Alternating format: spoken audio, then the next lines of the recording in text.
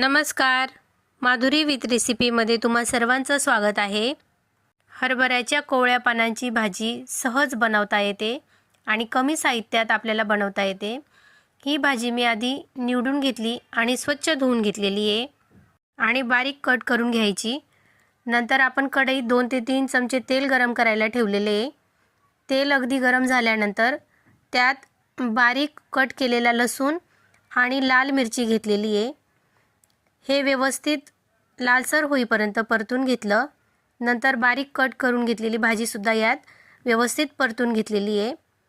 नंतर याच्यात चवीपुरता मीठ टाकलेलं आहे आणि थोडं अर्धा कप एवढं पाणी टाकलेलं आहे.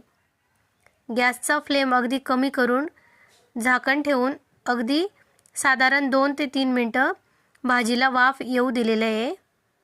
त्यानंतर आपण मंद आचेवर भाजी शिजवून घ्यायची आहे. ह्या भाजीला थोड्या वेळात पाणी सुटायला लागतं.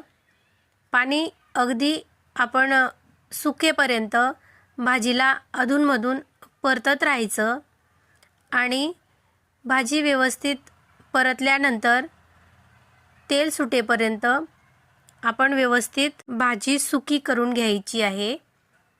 ही भाजी फक्त आपल्याला हिवाळ्यातच खायला मिळते, म्हणून ही भाजी एकदा नक्की ट्राय करून बघायची. खूप टेस्टी लागते आणि कमी वेळात बनते. अगदी कमी वेळात आणि कमी साहित्यात बनणारी असते. भाजी सुकी झाली की आपल्याला सर्व करायला घ्यायची. आपण पोळी किंवा बाजरीच्या भाकरीसोबत खाऊ शकतो.